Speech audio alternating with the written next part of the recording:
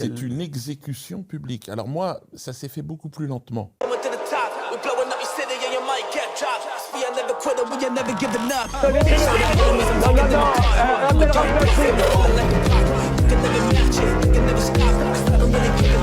fumez, monsieur? Le football, il a changé. Oui, peut-être. Ouais, c'est Laurent Delamousse, bienvenue aujourd'hui pour une nouvelle vidéo et j'espère que tout le monde va bien, messieurs, dames. La petite vidéo actu du lundi, la première de la semaine. On va essayer de commencer cette semaine dans les meilleures dispositions. En tout cas, je vais tout donner. Enfin, pas trop quand même, faut que je tienne jusqu'à la fin de la semaine. Messieurs, dames, avant de partir pour cette nouvelle vidéo, c'est le moment de soutenir la chaîne et moi-même en mettant votre plus gros pouce bleu, votre meilleur commentaire. On n'oublie pas de s'abonner et d'activer la cloche pour pas rater les prochaines vidéos. On fait de même sur la chaîne principale, la chaîne Mousse, où vendredi, je vous ai sorti une vidéo sur Dubaï. Elle est importante cette vidéo, je vous la mettrai en description et en commentaire épinglé. Parce que vendredi, vous aurez la suite. Est-ce que Dubaï est une ville surcotée ou pas? Ça va être une vidéo entre le vlog et le reportage, enfin vidéo, analyse, etc. Donc n'oubliez pas de vous abonner en me rejoignant sur Instagram, sur TikTok, sur Twitch pour pas rater les lives du dimanche soir à 21h30. On va chercher à boire, manger, on se met à l'aise et moi je m'occupe du reste. Actualité riche en ce lundi, on va commencer par tout ce qui touche de près ou de loin à la politique et on va commencer par Donald Trump. On dit souvent l'argent ne fait pas le bonheur, ça dépend où. En tout cas aux États-Unis, si vous avez 1 million de dollars, vous êtes américain. Ça faisait des mois que Donald Trump la promettait. You know what that card is? Gold card. It's the gold card. The Trump card, gold card. That's going to give you green card privileges, plus it's going to be a route to citizenship, and wealthy people will be coming into our country by buying this card. Il est désormais possible d'acheter sa nationalité américaine. We've just launched the Trump Gold Card. It was about 30 minutes from now. The site goes up. Pour ça, rien de plus simple, il suffit de vous rendre sur trumpcard.gov et de passer commande comme on le ferait avec n'importe quel article. Sauf qu'ici, contre 1 million de dollars, vous devenez citoyen américain. You have a green card, this is a gold card. Pour commencer, vous devrez débourser 15 000 dollars de frais de dossier qui serviront à vérifier vos antécédents et s'assurer que vous avez le bon profil pour devenir américain. Une fois votre dossier validé, c'est le moment de passer à la caisse et contre 1 million de dollars, vous aurez définitivement accès à la nationalité américaine, le tout en un temps record. Who's the first buyer? Me. Alors pour le président américain, c'est un moyen d'attirer de nouveaux ressortissants étrangers et ou hautement qualifiés. Il existe d'ailleurs une carte similaire pour les entreprises, la Trump Corporate Gold Card, qui pour cette fois 2 millions de dollars permet à une entreprise de faire venir un travailleur étranger sur le sol américain. And wealthy people will be coming into our country by buying this card. They'll be wealthy and they'll be successful and they'll be spending a lot of money and paying a lot of taxes and employing a lot of people. And we think it's going to be extremely successful. Et c'est pas fini, Trump prépare l'arrivée d'une troisième carte, la Trump Platinum Card bien sûr. On passe à 5 millions de dollars et comme c'est précisé sur le site, elle permettra de passer jusqu'à 270 jours aux États-Unis sans être soumis aux impôts américains sur les revenus non américains. Parce qu'il faut pas abuser non plus. For $5 million, this could be yours. En parallèle, si vous n'avez pas 1 million de dollars qui traînent sur votre compte en banque, une loi pourrait complexifier l'arrivée d'étrangers sur le territoire américain. Dans 60 jours, si rien ne bloque l'arrivée du texte, l'administration Trump exigera des visiteurs étrangers exemptés de visa comme la France qu'ils fournissent l'historique de leurs activités sur les réseaux sociaux depuis 5 ans avant d'entrer dans le pays. Une mesure qui complexifie et augmente la surveillance des ressortissants étrangers en marge entre autres de la Coupe du Monde de football qui se tiendra dans le pays l'année prochaine. We want safety, we want security, we want to make sure we're not letting the wrong people come into our country. Activité sur les réseaux sociaux, est-ce que l'historique internet va être analysé? Non, parce qu'il y a un mec qui a hacké mon ordinateur et il est allé sur des sites porno et tout. Ah là là, c'est hacker. Brigitte Macron, on en a entendu parler la semaine dernière, la polémique. Alors, il faut savoir que Brigitte Macron a fait un don de 500 000 € à des associations féministes et elle a dit, je cite, « J'espère que cet argent fera oublier l'incident bande de p***. » Je plaisante, bien évidemment. En tout cas, Brigitte Macron peut compter sur le soutien de son beau-fils, Cyril Hanouna. Parce que oui, Cyril Hanouna est en couple avec Tiffaine Ozière, la fille de Brigitte Macron. D'après ce que j'ai entendu au repas de famille, ça fait des concours de bites et c'est à ce moment que je vais aller en prison. Après le dérapage de Brigitte Macron et son sale con, Cyril Hanouna défend la première dame et mêle Tiffaine Ozière au cœur du scandale. Voici ce qu'il s'est passé. La tempête autour de Brigitte Macron ne faiblit pas. Depuis la diffusion de la vidéo où la première dame qualifie les militantes de nous toutes de salconnes, la séquence enflamme la scène politique, le milieu associatif et les réseaux sociaux. Mais un nouvel acteur vient désormais s'y ajouter. Cyril Hanouna qui a décidé de réagir publiquement en entraînant malgré elle Tiffaine Ozière, la fille de Brigitte Macron dans le tourbillon. Dans TBD9, l'animateur a dénoncé la méthode utilisée pour capter cette vidéo en coulisses du spectacle d'Harry Habitant. Il s'est insurgé contre une scène filmée sans consentement qu'il estime être un moment privé qui n'aurait jamais dû se retrouver sur les réseaux. Selon lui, le véritable scandale n'est pas tant le propos que sa diffusion. Elle ne sait pas qu'elle est filmée, c'est du off. Qui diffuse ça? Mais une phrase en particulier a marqué les esprits. Hanouna affirme que Tiffaine Ozière, présente aux côtés de sa mère lors de l'échange, aurait repéré la personne en train de filmer. Tiffaine a vu qu'il y avait quelqu'un qui l'a filmé, assure-t-il. Une précision qui change la dynamique de l'affaire. La jeune avocate, habituellement discrète, devient soudain un témoin direct malgré elle d'un moment devenu viral. Résultat, Tiffaine Ozière se retrouve exposée dans une polémique qu'elle n'a ni provoquée ni alimentée. Et pendant ce temps, la colère politique ne retombe pas. Entre accusations de sexisme, critiques virulentes de la gauche et défense maladroite de l'entourage présidentiel, la polémique enfle chaque jour davantage. Et désormais, elle touche non seulement Brigitte Macron, mais aussi sa propre famille. Politique, toujours, Jordan Bardella a été humilié sur le plateau de quelle époque? Pas par n'importe... Enfin, en fait, par tout le plateau, mais précisément par Roselyne Bachelot. Le grand photocall, on est parti. Vous connaissez la chanson. Je vous montre une photo et quelle question vous poseriez? Nicolas Sarkozy. Où est-ce qu'il trouve toute cette énergie qui est objectivement increvable? Une question à Donald Trump. Où est-ce qu'il trouve toute cette énergie aussi? Vous répétez là, hein. Là, un petit manque d'imagination. Elon Musk. Un tirage de pompe. Il tire des pompes à Donald Trump. Bah évidemment. Je vous trouve bien inélégante, Madame Bachelot. Non. Une question à Vladimir Poutine. Où trouve-t-il toute cette énergie? Jusqu'où va-t-il aller?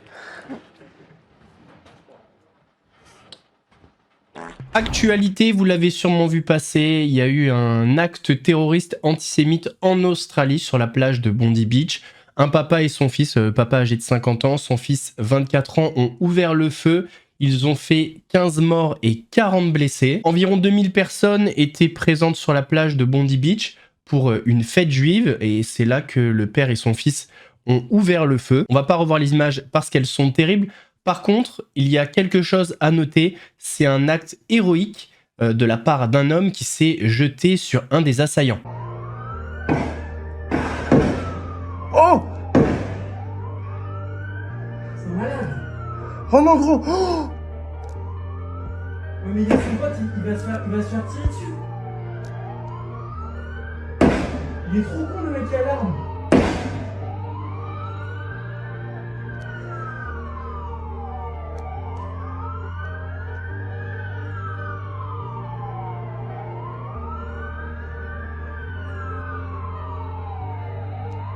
Le mec est hyper courageux. Oh.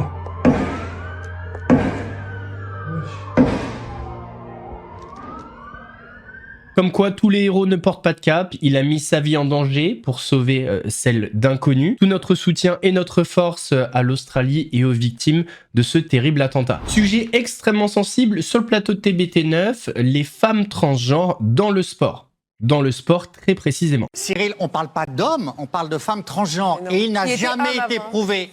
Vous n'y connaissez rien. Qui était homme avant. Vous n'y connaissez rien. Il n'a jamais été prouvé par quelque étude scientifique que ce soit qu'il y a un avantage. Toutes les études scientifiques disent on ne sait pas. Donc au nom de on ne sait pas, on prive des gens de compétition. Maintenant, ça se répand dans tous les sports. Donc, ces femmes transgenres, elles vont faire quoi? Elles sont bannies du monde sportif. Mais le doute existe, donc... le doute profite toujours aux accusés, dans quel pays que ce soit. Là, vous venez de vous tirer une balle dans le pied. C'est quoi que tu sais pas? Quelque avantage que ce soit. Quand une femme, elle court un 100 mètres avec des femmes, il y a un chrono. Quand les hommes, ils courent, il y a un chrono. À la boxe, il y a de la puissance, il y a des rounds. Au tennis, il y a des sets, il y a du temps de jeu, il y a du physique. Au football, toi qui aimes le football, t'as déjà vu un match football féminin? T'as déjà vu un match de football masculin? Moi, j'adore les matchs de football féminin. Bien sûr qu'on adore. Bien sûr qu'on adore. Mais t'as déjà vu une frappe d'un footballeur masculin, une frappe d'une footballeuse féminine. Qu'est-ce que tu ne sais pas? On ne sait pas quel avantage ont ces femmes transgenres. Il y a des conditions très spécifiques. C'est le chrono qui parle. Quand tu prends une femme professionnelle de football, pratiquement, elle ne peut pas battre des enfants de 14 ans du centre de formation du même club. C'est-à-dire que tu mets un enfant de 14 ans, il va battre l'équipe première. Bien sûr, ensemble. Non, mais tu veux pour que je te dise Non, mais tu veux que je te dise Tu prends Serena Williams à son prime. À son prime. Tu la mets contre Richard Gasquet. Mais 0-0. Combien il y a Richard Gasquet va gagner largement. 0-0 en fait. Mais pourquoi il va gagner? Il gagne 6-0, 6-0, 6-0. Mais pourquoi? Pourquoi il va gagner largement? Non, mais sur ce sujet-là, il est vrai qu'effectivement, les compétitrices transgenres sont soumises à des règles extrêmement strictes, notamment la concentration en hormones masculines, etc. Et on vérifie certains taux. Il y a tout un listing de trucs qui font que on ne peut pas dire c'est un homme contre une femme. Pas du tout. Alors moi, je vais être très transparent et je vais donner mon avis parce que vous savez que je suis un passionné de sport. Je vais commencer par préciser que je n'ai absolument rien contre les personnes transgenres, mais vraiment rien du tout. Par contre, pour les sports où on met l'intégrité physique des femmes en danger, je suis contre. Par exemple, la Fédération anglaise de rugby a interdit les personnes transgenres dans les équipes féminines. Et je trouve ça normal. Même s'il y a des traitements pour diminuer la masse musculaire, la force, le taux de testostérone, etc. Certaines caractéristiques acquises pendant la puberté ne disparaîtront pas. La taille, la structure osseuse, la force. Et du coup, dans des sports comme les sports de combat, les sports de contact, ça met l'intégrité physique des femmes en danger. Ce n'est que mon avis, que je donne dans le respect, bien évidemment. C'est pas parce que je suis contre le fait que les femmes transgenres participent à des compétitions féminines que je suis contre leur existence ou quoi que ce soit, ça n'a rien. Le médecin et ancien chroniqueur de Cyril Hanouna, Jimmy Mohamed, est dans la tourmente en ce moment puisque son épouse l'a mise en cause sur Instagram dans un post pour des violences psychologiques. Post qui depuis a été supprimé, mais vous connaissez les réseaux, c'était trop tard. Le médecin, suivi par 4 millions de personnes sur les réseaux sociaux, est accusé de violence psychologique dans un message posté sur Instagram par sa femme ce mardi. Souhaïa Mohamed réagissait à une capsule santé RTL dans laquelle le médecin parlait de la santé mentale des adolescents. Moi, je me demande comment aider une personne victime de violence psychologique par son mari médecin qui va jusqu'à essayer de faire croire qu'elle a des hallucinations. La sage-femme et mère de 3 enfants accuse aussi son mari de ne pas suivre ses propres conseils sur une alimentation saine qu'il promeut dans ses interventions. Sneakers, pizza, Orangina, rien qui ne semble suivre un régime équilibré. Elle affirme avoir partagé ces images car elle est arrivée au bout du rouleau. Souhaïa Mohamed a cependant assuré qu'elle ne cherchait pas à laver son linge sale en public. Quand vous subissez une injustice et que derrière la personne parle de soutien de la femme enceinte ou de santé mentale, quand on a traversé ce que j'ai vécu, il y a de quoi craquer par ce manque de décence. Elle assure néanmoins que les conseils du médiatique médecin sur les produits ultra transformés n'en sont pas moins valables. Ce dernier n'a à ce jour toujours pas réagi à la polémique. La semaine dernière, on avait vu Maëva Guénam faire le marché de Noël. Ses vidéos avaient fait polémique. Adé Laurent l'avait un petit peu clashé. Sauf qu'à la suite de cette vidéo, il a été taxé de raciste. Il a tenu à répondre et à remettre les pendules à l'heure. Mais Pupus, je tenais à m'assurer que tout le monde ait bien compris concernant ma vidéo suite à la réaction de Guénam qui s'offusquait de voir du porc partout dans un marché de Noël. D'accord? Parce qu'il y a beaucoup de gens qui n'ont pas saisi ce que j'ai dit, encore une fois. Il y a des gens qui maîtrisent très bien l'art de l'amalgame, mais ça, c'est le jeu des réseaux sociaux. Donc je tenais à m'assurer que tout le monde ait compris, d'accord? Nous sommes dans une démocratie, le débat est roi, donc écoutez bien, comme ça tout le monde va pouvoir vraiment bien comprendre. D'où j'ai dit que ce sont tous les musulmans qui veulent supprimer les crèches et les marchés de Noël. D'où j'ai dit ça, s'il vous plaît. J'ai juste réagi au fait que cette dame, elle s'offusquait. Vous voyez bien qu'elle était frustrée de voir du porc partout pendant un marché de Noël et que le porc, il y en aura tout le temps. Je faisais juste référence au respect des traditions. Si on m'invite durant un dîner pendant un ramadan, je vais pas venir avec de la vodka, de la tequila, un énorme McDo. Je vais respecter les traditions musulmanes, tout simplement. Donc je ferai pas un TikTok ou un Snap en disant putain, wesh, il y a que des repas halal là, wesh, il est où le porc? En aucun cas, j'ai dit que c'était tous les musulmans qui voulaient supprimer les crèches. Donc on se calme, tout le monde se détend un petit peu, d'accord? On évite les amalgames. Les amalgames, c'est ce qui nous divise. C'est le pire truc. Évidemment que la majorité des musulmans respectent et ne veulent pas détruire les crèches ou supprimer les marchés de Noël. Encore heureux, les gars, encore heureux. C'est juste que, jusqu'à preuve du contraire, dites-moi si je me trompe, Madame Guénam est de confession musulmane. Oui ou non? Je me trompe peut-être, je ne pense pas. Donc elle vous représente ou elle vous représente pas, ça c'est à vous de juger. Mais j'ai juste réagi à sa vidéo. C'est tout. En aucun cas ça me dérange, les gars, s'il y a des stands halal. Je veux juste pas qu'on me regarde un peu bizarre si j'arrive avec un gros bout de saucisson, de l'alcool et un gros plateau de charcuterie. C'est juste ça que je disais. Dans ma vidéo, mes pupus, j'accuse personne. Je parlais uniquement du respect mutuel des traditions. C'est tout. On est en France, il y a de la place pour tout le monde. En aucun cas, on va me faire culpabiliser d'être proche de mes traditions. Jamais. Au grand jamais. Il y a personne qui va rien supprimer. Les marchés de Noël, les sapins, les crèches. On va s'unir, on va se souder et on va vivre ensemble. C'est tout ce que je demande. Bon week-end à tous, bisous, je vais au sport. Est-ce que Carla Moreau a écrit son livre avec une IA? C'est la question qui a été posée sur le plateau d'Aja. Moi j'ai une autre question, il y a vraiment des gens qui sont convaincus qu'elle a vraiment écrit son livre. Alors c'est vrai, elle aurait pu faire appel à un auteur. Oui, mais un auteur, ça coûte de l'argent. Alors que l'intelligence artificielle, c'est gratuit. En tout cas, pas loin. Bien moins cher qu'un auteur. Je vous cache pas qu'on a mis le PDF du livre de Carla Moreau dans un site. Alors après, est-ce que c'est fiable, est-ce que c'est pas fiable? Je ne sais pas, donc je ne peux pas dire c'est une super vérité ce que je suis en train de vous dire, mais à 90%, il est dit que le texte montre des signes de génération par une IA pour le livre de Carla Moreau.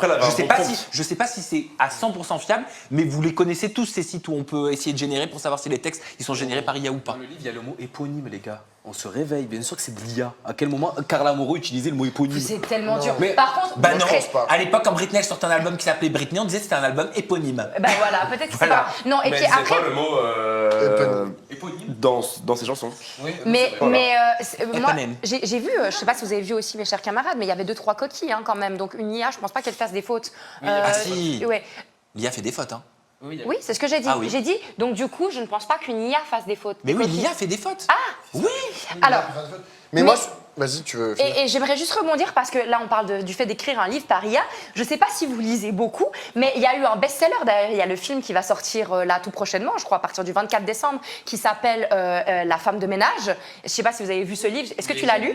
Mais tu sais que là, il y a toute une histoire, tout un complot qui se fait. Apparemment, l'auteur n'existe pas et ce serait une IA. Et il y aurait de plus en plus en fait de maisons d'édition qui auraient des faux auteurs qui sont en fait faits par des IA et ce seraient des robots finalement d'intelligence. Voilà. Hein? Il faut un prompt de base. Bah oui, mais tu fais un petit synopsis, t'engages quelqu'un pour faire un petit script. Oui, et après, c'est une IA qui va te sortir. Et apparemment, ce serait possible. Bah, pourquoi ce serait pas possible? Mais moi, je suis assez d'accord avec Samy. Moi, c'est ça le truc le plus important, c'est que peu importe qu'il y ait une IA ou pas, peut-être qu'elle l'a utilisée. Bah pour le chat, c'est pas OK. Pour notre chat, c'est pas OK d'écrire un livre avec ChatGPT. C'est de l'aide à l'écriture. Et ensuite, moi, je peux vous dire, il y a des relances. Moi, je trouve pas que ce bouquin, il y a des relances en permanence. Mais il y a des choses si tu l'utilises comme une aide ou si tu l'utilises comme l'auteur. Oui, mais c'est peut-être sa matrice, peut-être le squelette général qui a été fait par l'IA, mais derrière, elle a modifié plein de choses, ça se voit, elle met d'elle-même dans son bouquin. C'est pas que un livre de développement personnel, hein, il y a une partie autobiographique de toute manière. Mais ça soulève quand même des questions. Qu'est-ce qu'on lira Dieudonné était l'invité de la chaîne Les Incorrectibles, et dans un des passages, il parle de Blanche Gardin. Vous le savez, elle vit des moments compliqués après des propos qu'elle a tenus, et du coup, Dieudonné a fait le rapprochement entre sa situation et la sienne. Tu penses qu'il y a une volonté de t'intimider ou simplement de te censurer? Je pense que c'est l'exemple. Je suis le maître étalon. Il y a une liberté d'expression totale en France. La limite, c'est Dieudonné. Voilà. Et donc, dire aux autres, attention, Dieudonné, tu te dieudonnises. C'est ce qu'on a dit d'ailleurs récemment à quelques humoristes, dont Blanche Gardin. Eh oui, parce que tu as vu ce qu'elle a dit cette semaine, qu'elle avait même dû trouver un autre appartement. Donc ça va très loin. Ah bah financièrement, elle est acculée. Hein, c'est une exécution publique. Alors moi, ça s'est fait beaucoup plus lentement. Toi, tu avais assuré tes arrières. Hein, non, disons que ça s'est fait plus lentement. Déjà, j'avais un théâtre à l'époque. Ils ont réussi à me neutraliser. Ouais, ils ont neutralisé mon théâtre. Ils m'ont expulsé de manière illégale de ce théâtre. J'avais le fonds de commerce. Enfin bon, bref, ça a été une bataille judiciaire pendant 6 ans, 7 ans. Mais donc, pendant ce temps-là, j'ai pu commencer à m'organiser. Et c'est vrai que j'ai créé un écosystème qui me permet de ne plus avoir besoin du système médiatique, si tu veux. Messieurs, dames, on arrive à la fin de cette vidéo, j'espère qu'elle vous a plu. Si c'est le cas, votre plus gros pouce bleu, votre meilleur commentaire, on n'oublie pas de s'abonner et d'activer la cloche pour pas rater les prochaines vidéos. On fait de même sur la chaîne principale, la chaîne Mousse, où demain on aura la suite du reportage d'Off Investigation sur Cyril Hanouna. Je pense que le vendredi, maintenant, on va se faire des petites vidéos réactions sur des reportages. Ça permet de découvrir d'autres chaînes. Et vu qu'objectivement, on peut pas faire 2 vidéos par semaine en dénonçant des arnaques, etc., ça va bien coller, en tout cas, je pense. On me rejoint sur Instagram, sur TikTok, sur Twitch pour pas rater les lives du dimanche soir à 21h30. Nous, on se donne rendez-vous mercredi pour une nouvelle vidéo actuelle. En attendant, prenez soin de vous. Laurent de la Mousse vous salue.